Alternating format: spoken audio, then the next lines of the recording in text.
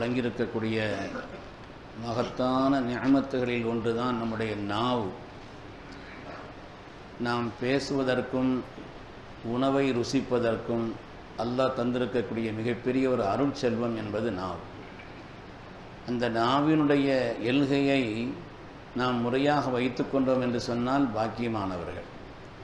அதிலே நாம் வரம்பு மீறினோம் என்று சொன்னால் அல்லாஹுடைய ரசூல் எச்சரிக்கிறார்கள், உங்களை நரகத்திற்கு கொண்டு சேர்ப்பதற்கு அது போதுமானதுன்னு சொல்கிறான். அதனால் வெறும் சொற்கள் அல்ல, நாவிலிருந்து வெளிவரக்கூடிய வார்த்தைகள் சொற்கள் என்பது வெறும் சொற்கள் அல்ல, அது மிகப்பெரிய விளைவை உண்டாக்கக்கூடியது. நற்பயன்களையோ கேடுகளையோ உண்டாக்குவதிலே அது மிக முன்னணியிலே உள்ளது என்று கண்மணி ரசூலுல்லாஹி ஸல்லல்லாஹு அலைஹி வஸல்லம் அவர்கள் சொல்லி காட்டுவார். ஒரு லா இலாஹ இல்லல்லாஹ் என்று ஒரு வார்த்தை தான் ஒரு மனிதனை ஈமான் உள்ளவனாக மாற்றுகிறது. கபில்து என்ற ஒரு வார்த்தை தான் காலமெல்லாம் ஒரு பெண்ணை வைத்து வாழ்வதற்குண்டான ஒரு ஒப்பந்தத்தின் அடித்தளமாக அது அமைந்திருக்கிறது.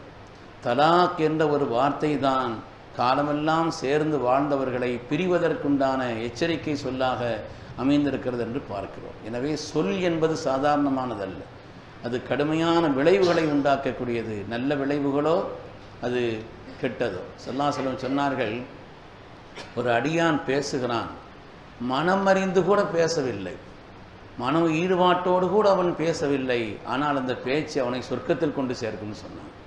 அதேபோல் இன்னொரு அடியான் பேசுகிறான், அவனும் மனமறிந்து பேசவில்லை, அல்லாஹ்வுக்கு கோபத்தை உண்டாக்கக்கூடிய இவ்வளவு கடுமையான வார்த்தைகளை அவன் பேசுகிறான், அந்த வார்த்தை அவனை நரகத்திற்கு கொண்டு சேர்க்கும் என்று கண்மணி ரசூலுல்லாஹி ஸல்லல்லாஹு அலைஹி வஸல்லம் எச்சரிக்கிறார். அதனாலே கண்ணியமானவர்களே, வார்த்தைகள் என்பது அது மிக மிக உன்னதமானது, கவனமாக பயன்படுத்தப்பட வேண்டியது. நம்முடைய வார்த்தைகள், அதாவது கழுத்தை கொடுத்தாலே எழுத்து கொடுக்கக்கூடாதுன்னு சொல்லுவாங்கல்ல, எழுத்துங்கிறது அவ்வளோ பெரிய உண்மை இதானது. ஒரு வார்த்தை வெல்லும், ஒரு வார்த்தை கொல்லும்னு சொல்லுவாங்க. ஒரு வார்த்தை வெல்லும், ஒரு வார்த்தை கொல்லும். நளினமான மென்மையான வார்த்தைகள் இருக்கிறதே எப்பொழுதுமே நம்மை மேன்மைப்படுத்தும். ஒரு பெரிய மனிதரிடத்திலே சென்று ஒரு ஆள் எனக்கு ஏதாவது உபதேசம் பண்ணுங்கன்னு சொன்னாராம். அந்த பெரிய மனிதர் உடனே வாயை திறந்து காமிச்சாராம். வயதான அந்த பெரிய மனிதர் வாயை திறந்து காமிச்சாங்க. என்ன வாயை திறந்து காமிக்கிறார், ஒன்றும் விளங்கலையேன்னு சொல்லிட்டு அதுக்கு பிறகு அவருக்கு சீடர்கள் விளக்கம் சொன்னாங்களாம். என்ன அர்த்தம்னு சொன்னால், ஒரு மனிதனுடைய வலிமையானது பற்கள். அந்த பற்களெல்லாம் வயது முதிர்ந்த நிலையிலே அது உதிர்ந்து போனாலும் கூட அவனுடைய நாவு அப்படி இருக்கிறது. காரணம், நாவு என்பது மென்மையானது. எனவே உலகத்தில் மென்மை என்பதுதான், நளினம் என்பதுதான், மிருதுவான தன்மை என்பதுதான் காலங்களையும் கடந்து நிற்கும். கடுமையானது என்பது அந்த நேரத்தில் பலன்களை தருவதாக இருக்கலாம், ஆனால் அது சீக்கிரமாக அதனுடைய விளைவுகள் கெட்டு போய்விடும் என்று அவர் உனக்கு உபதேசிக்கிறார் என்று விளக்கம் சொன்னார்களாம். ஹுதைபியாவினுடைய ஒப்பந்தத்திலே நாம் எல்லாம் அறிந்த பிரபலமான ஒரு நிகழ்ச்சி தான். ஹுதைபியால ஒரு அநீதமான ஒப்பந்தம் தான். அதாவது அதில் ஒப்பந்தத்தில் ஒரு ஒப்பந்தம், மக்காவிலிருந்து யாராவது மதீனாவிற்கு வந்தால் அவர்களை மக்காவுக்கு திரும்ப அனுப்பிடணும். மதீனாவிலிருந்து யாராவது ஈமான் கொண்டு அவர்கள் மக்காவிற்கு வந்தால் நாங்கள் திரும்ப அனுப்ப மாட்டோம் என்று எதிரிகள் ஒப்பந்தம் செய்திருந்தார். ஸல்லல்லாஹு அலைஹி வஸல்லம் ஏற்றுக்கிட்டாங்க. சஹாபிகள் பல பேரும் மன வருத்தப்பட்டாலும் கூட ஸல்லல்லாஹு அலைஹி வஸல்லம் அதை ஏற்றுக்கிட்டாங்க. ஏற்றதனுடைய விளைவாக இங்கிருந்து யாரும் அங்கே போனால், மக்காவிலிருந்து மதீனாவுக்கு போனால் திரும்ப அனுப்பிடுவாங்க. மதீனாவிலிருந்து யாரும் இங்கே வந்தால் திரும்ப அனுப்ப மாட்டாங்க. இந்த நிலையில்தான் மக்காவிலிருந்து சில முஃமினத்தான பெண்கள் ஈமான் கொண்டு மதீனாவுக்கு போனாங்க. அப்போ ஒப்பந்தத்தின்படி திருப்பி அனுப்ப வேண்டும்.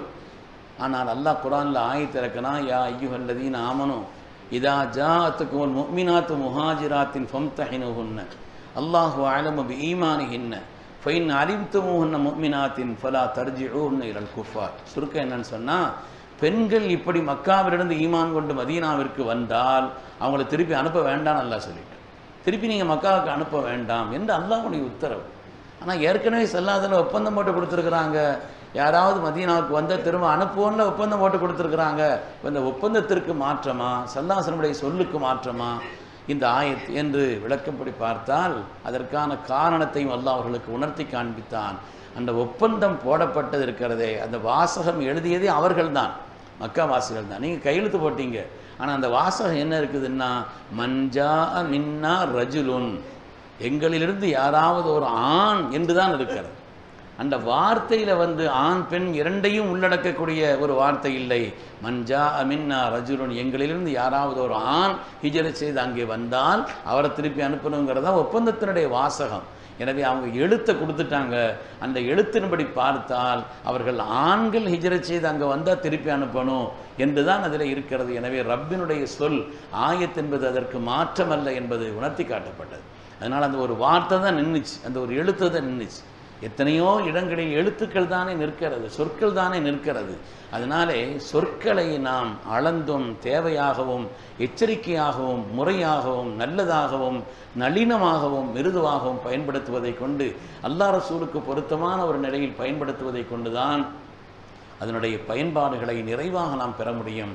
கடுமையான கோபத்திலோ அல்லது தேவையில்லாத உணர்ச்சி வசப்பட்ட ஒரு நிலையிலேயோ வார்த்தைகளை பயன்படுத்தினோம் என்று சொன்னால் அதனுடைய விளைவு மிக மிக ஆபத்தானது. எந்த அளவிற்கு ஆபத்தானது, ஒரு சஹாபி ஷஹீதாயிட்டாங்க, ஷஹீதானாங்க. அந்த நேரத்தில் இதோ சொர்க்கவாசி, இதோ சொர்க்கவாசின்னு சொல்லி பாராட்டி சொன்னாங்க. ஸல்லல்லாஹு அலைஹி வஸல்லம் சொன்னாங்க, அவர் ஏதாவது தேவையில்லாத வார்த்தைகளை பேசியிருக்கலாம் அல்லவா, அதனால் அவர் நரகத்தில் ஆக்கப்படலாம் அல்லவா என்று ஸல்லல்லாஹு அலைஹி வஸல்லம் எச்சரித்தார். ஒரு ஷஹீதுக்கும் கூட அவருடைய நாவினால் வரக்கூடிய அந்த தேவையில்லாத வார்த்தைகளினால் கண்டிக்கப்படுவார் என்று சொன்னால் எவ்வளவு கவனமாக வார்த்தைகளை பயன்படுத்த வேண்டும் என்பதைத்தான் மார்க்கம் நமக்கு உணர்த்தி காண்பிக்கிறது. அல்லாஹ் சுப்ஹானஹு வ தஆலா நம்முடைய வாழ்க்கையும் நம்முடைய வார்த்தைகளையும் நல்லதாக ஆக்கி